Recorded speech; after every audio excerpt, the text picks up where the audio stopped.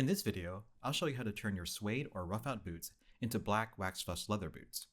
Every heritage bootmaker offers a variant of black or dark brown waxed flesh leather, which are usually sourced from tanneries like Hawthorne or C.F. Stead. And it wouldn't be surprising if those offerings are their most sought after.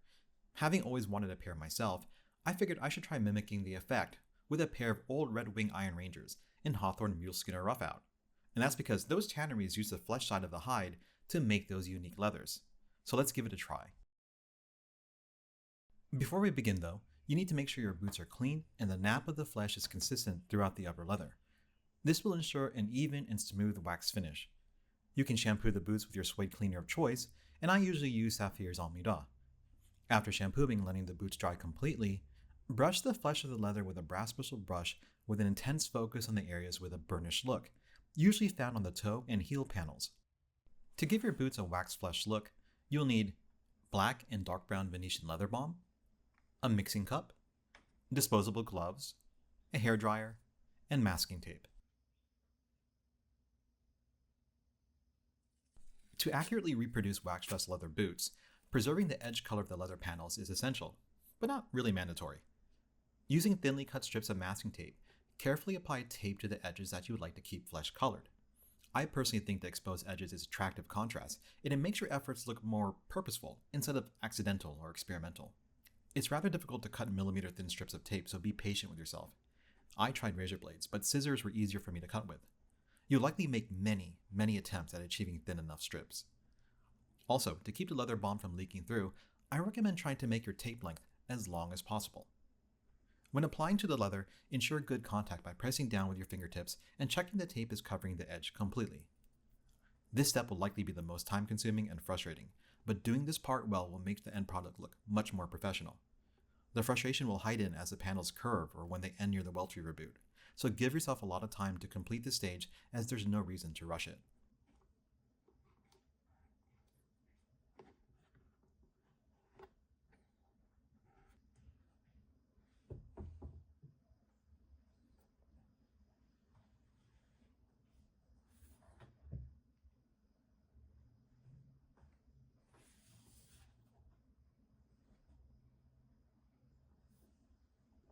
With all of the edges covered, it's now time to protect the welt stitching color with masking tape.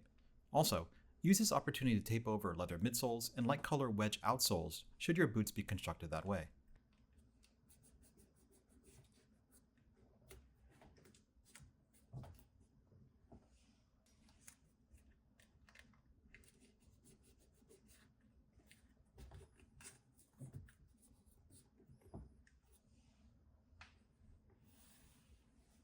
Taping is all done, and we are now ready to get to the fun part, the waxing of the flesh.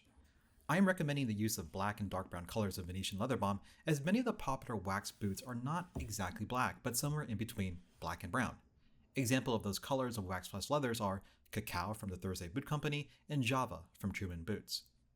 When mixing the leather balms together, I use a ratio of 2 parts black to 1 part dark brown, but in retrospect, more brown might be better. Obviously, it's hard to experiment as going backwards and removing the leather balm is basically impossible, but if you'd like an example of what pure dark brown Venetian leather balm looks like, notice the boots to the left side of this video. That is a pair of real McCoy N1 service boots, waxed and only dark brown. Applying the leather balm to the boots doesn't require much finesse or technique, and it's actually really hard to mess this part up. I use gloved hands to apply the mixture with a light pressure. The only real care you need to take is when you approach the tape edges of the leather panels. You want to cover all of the exposed areas, yes, but if you press too hard near the edges, you might force the leather balm underneath the tape. This will be the first of a few coatings of wax that we will do. Ultimately, I do 3 applications. How many you'll need is dependent on if your boots are suede or roughout. Suede might just take 1 application. For roughout boots, it depends on the length of the nap of the flesh. The older and more worn your boot is, the longer the nap will likely be, and you could be in that 3 to 4 range of wax coatings. Having covered the welt stitching with tape, you might ask about the stitching on the panels of leather. It would be rather impossible to protect the stitching, so it's really about either accepting the change of the color of the threads or choosing a boot without much white threads. Looking again to the real McCoys off to the left-hand side, you can see how the dark brown leather balm affected the white stitching. It's darker, yes, but the definition is still there. the wax doesn't build up in the holes, and the monochromatic nature of the boot isn't all that bad.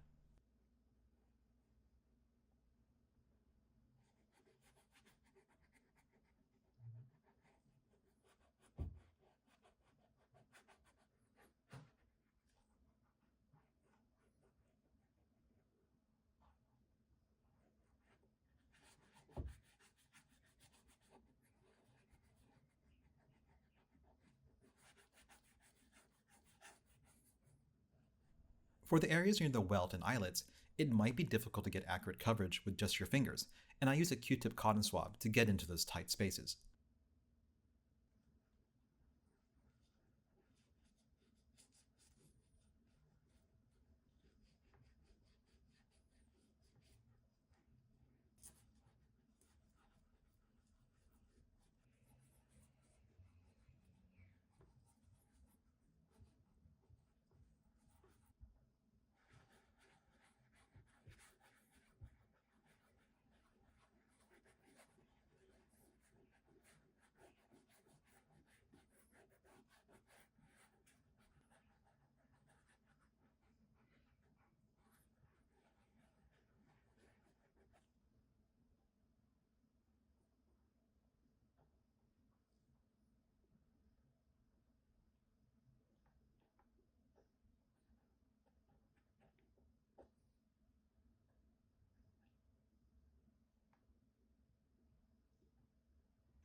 The next step of the process will be using a hair dryer to set the wax.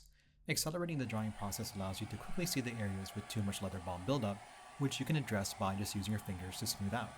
But also, so you don't waste leather balm that you already mix by waiting to air dry between applications.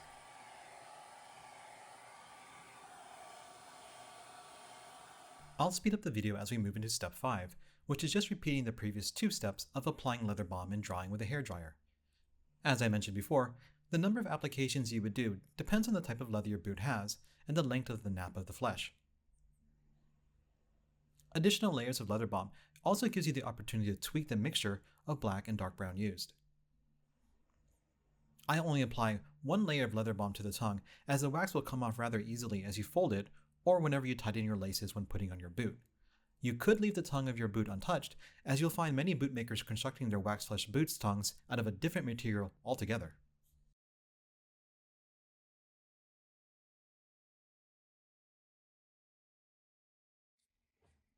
After 3 applications and the tape removed, the boot is looking awesome. The last step is next, which is brushing with a horsehair brush. Since the Venetian Leather Balm is mostly wax, it can be polished to a low to medium shine. It's not mandatory to brush your newly waxed boots, but most bootmakers ship their wax flesh boots with some level of shine to them.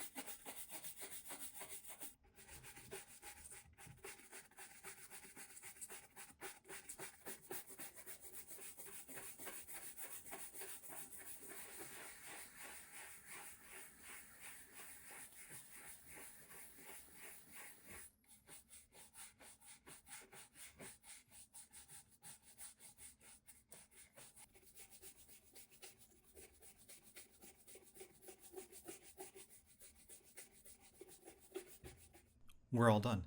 You probably saw the shine developing as I was brushing, and it is rather noticeable compared to before. What you also probably noticed is I wasn't exactly perfect with the placement of my tape, but ultimately it won't necessarily be much of an issue because one of the biggest reasons many people like this type of leather is how it patinas with time. The whole purpose of using a suede or roughout based boot is so the flesh can peek through the wax as the wax falls off or wears away. This waxing process is an avenue to fall in love with an old pair of boots all over again, because you get to achieve a patina from scratch. Or, should you be really into thrifting like I am, it can cover up a wide range of cosmetic issues of a used pair of boots that is otherwise well constructed. Here's a side-by-side comparison of the original old Red Wing Iron Ranger and Hawthorne Muleskinner and our Black's Wax Flesh version. Obviously, I like both, but I definitely lean towards the latter of the two. I hope this video serves as an inspiration for you to customize a boot to your liking. With a wide range of Venetian Leather Balm colors, you can achieve all sorts with combinations utilizing black, dark brown, medium brown, cordovan, and tan leather balms. Thanks so much for watching.